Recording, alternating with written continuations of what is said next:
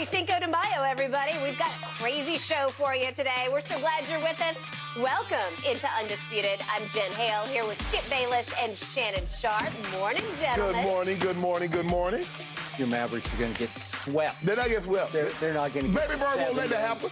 Baby Bird won't let that happen. You mean Baby Sparrow? Don't do that, Skip. Don't do that. Don't do it. Let's talk about that. How about it? The highest scoring average in NBA history.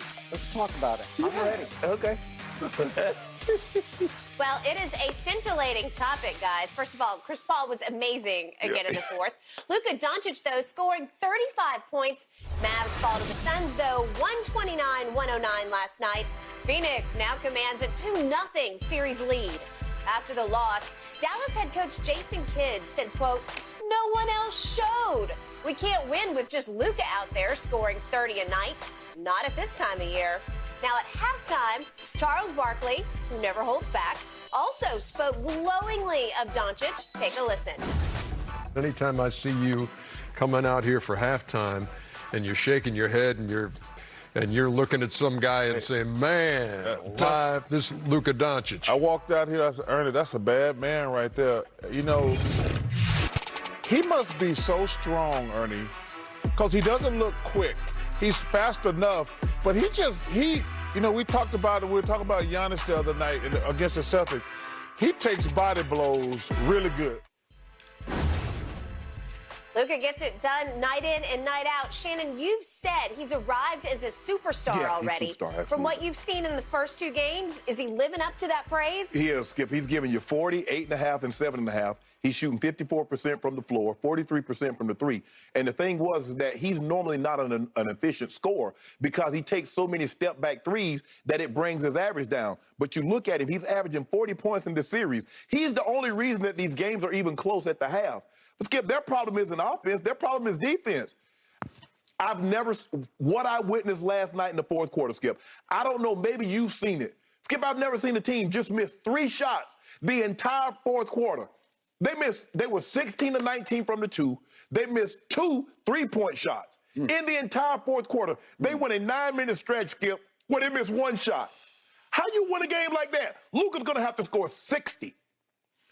In the previous series, Skip, what happened? Luka missed I think he missed the first 2 games, and Jalen Brunson was sensational. He was giving you 28 a night. Now he's turned back into Jalen Brunson. He's giving you 11 points a night. He's shooting 32% from the floor. Dinwiddie is averaging 9.5 points, shooting 33% from the floor. Skip, Max Kleber cannot be your second-best player. You can't win like that. Yes, Luka is turning the ball over, but he's having to do so much. He has the ball in his hands so much. And they get the key in. I'm looking at this. You're going to lose probably out of 1,000 games, you'll lose 999 of them if you let a team shoot 65% from the floor, 52% from the three, and they score 71 points in the second half. Skip, you'll lose 999 times out of 1,000. Luka is a superstar. There's no denying that. But Luka, one great player, isn't beating a team. We've seen that. Those days of a great player being able to drag his team to a victory because he can score so many points and do so many things. The Phoenix Suns right now, it looks to me that they've got a gear, and they normally push on it in the second half that the Mavs just can't get to. Unless Jalen Brunson, unless Dinwiddie comes along, as Jason Kidd said, he said, well, we can't just have Luka scoring 30. Luka giving you 40. He just needs someone to give him 20. Jalen Brunson, can Dinwiddie just give him 20? The two of them combined for 60. Okay, now we got a ball game. But when you they had Chris Paul, I don't know, I can't explain Chris Paul. What comes over Chris Paul in the fourth quarter? Now, we've seen it far too many times for just to be an accident. You saw it against the Clippers. We've seen it against the Pelicans. And here it is again right on cue last night. I don't think he missed a shot. He might have missed 1 shot in the fourth quarter. Dylan and Book, damn, he got the fastest healing hamstrings I've ever seen in my life, Skip. I mean, Chris Paul was 6 or 7. D Book was 3 or 3. All his was 3-pointers. Yeah, Skip. This is not on Luka.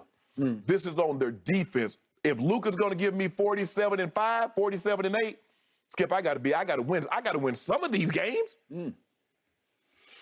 Are you finished? Done.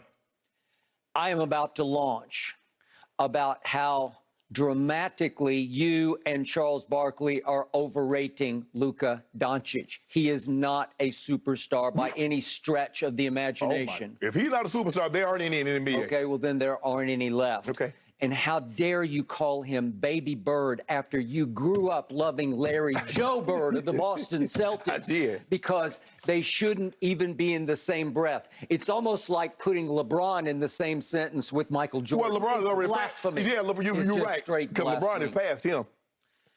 Luka is actually a triple threat of a liability because we start with his shooting. He is a sorry shooter, a poor shooter, certainly by superstar standards, from three and from the free throw line. It's my turn. I'm about to just nail it to the wall. Okay.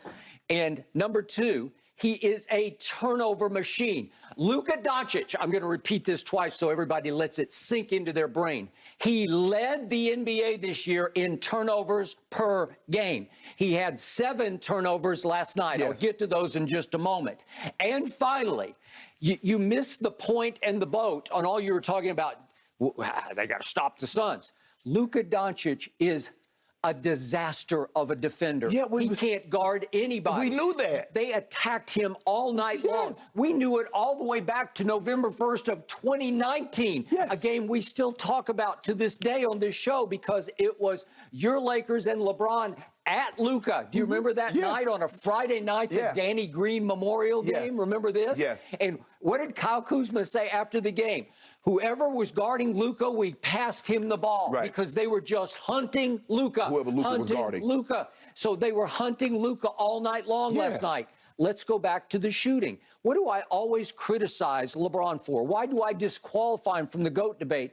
He's a poor shooter from 3 and the free throw line. Would you believe that LeBron James is actually a little better from 3 in the free throw line than even Luka is? If we look at career, that's a joke, but Luka in his career, he's a 33.7% three-point shooter. 33.7? Are you kidding me? I thought we was talking about the game. I didn't know we was going to We're talking about overrated superstar. You say he's arrived as a superstar. Baloney he has. And if I just do this year from 3, Luka is 35.3%.